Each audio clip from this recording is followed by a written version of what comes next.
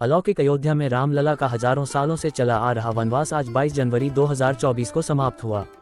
रामलला आज अपनी अलौकिक और पुलकित अयोध्या में विराज गए हैं।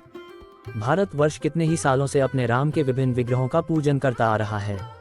आज हमारी संस्कृति के युग पुरुष का दिन है, एक ऐतिहासिक क्षण जो लगभग 500 सालों के बाद आया और राम अपने नवनिर्मित कुंज में विराजे है।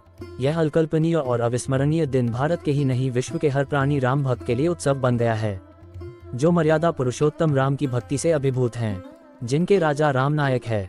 भारतीय संस्कृति में राम आस्था का केंद्र है, राम श्रद्धेय है, राम निराकार है, राम ही परब्रह्म है। राम हमारे संस्कारों में, आदर्शों में, विचारों में बसे है। भारत के हर नागरिक की तरह मैं भी उत्साहित और प्रफुल्लित हूँ, जिसे मैं शायद अपने जीवन काल में हर राम प्रेमी की तरह संजोकर रखना चाहता हूँ। राम की मर्यादा और अयोध्या का सुंदरतम रूप आज आत्मसात हो गया। आज राम अपने ज्योतिर्मय धाम में विराजे है। हमारे राम की प्राण प्रतिष्ठा का ये पल उत्सव और उल्लास से प्रफुल्लित है। सभी राममय है, राम भक्ति है, राम शरणागत के रक्षक है, राम ही धर्म है, राम आदर है, राम सद्भाव है। राम हमें सभी को, अपनों को, परायों को प्रेम से, परोपकार से, अच्छाई से जितना सिखाते हैं। राम हमें संयम सिखाते हैं। राम श्रद्धा, मर्यादा, राजधर्म, दया, निश्चलता, करुणा, शत्रु पर विजय पाना सिखाते हैं। राम राजीवलोचन भी है और जानकी वल्लभ भी है, वह रघुनाथ है। राम मेरे है, हम सबके है। राम हृदय में विश्वास जगाते हैं, राम शाश्वत है।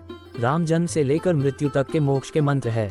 राम हमें शुचिता, विनयशीलता, दयालुता, मनुष्यता के योग्य उम्मीदवार बनाते हैं।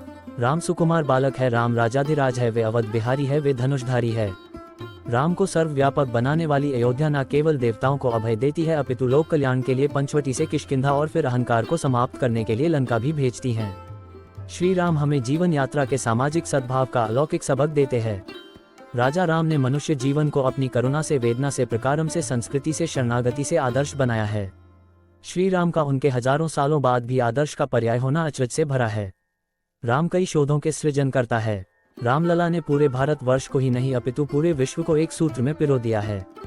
राम की कथा अनेकों रूपों और भाषाओं में हमें गौरव के पल देती हैं। कभी वो रामायण है तो कभी रामचरितमानस, तो कभी तमिल भाषा में कम रामायण, तो कभी कालिदास का रघुवंश महाकाव्य, जो लगभग राम के अभूतपूर्व व्यापक होने का प्रमाण देती है। गोस्वामी तुलसीदास ने रामनवमी के दिन ही अयोध्या में रामचरितमानस को लिखना शुरू किया था। राम संगीत में, पाठ में, गायन में, विश्वास में, नृत्य में, उपासना पद्धति में समाहित है। यूं तो राम अविरल प्रवाह है, अपरिमित है। राम हमारे हृदय में शिखर पर है। हम राममय होकर, प्रफुल्लित मन से, आनंदित होकर राम के शरणागति है। आज रामलला के प्राण प्रतिष्ठा के अवसर पर यही सब अंतर मन से आनंदित और भाव विभोर होकर राम जी के संस्मरण में आप सभी के लिए। जय श्री राम।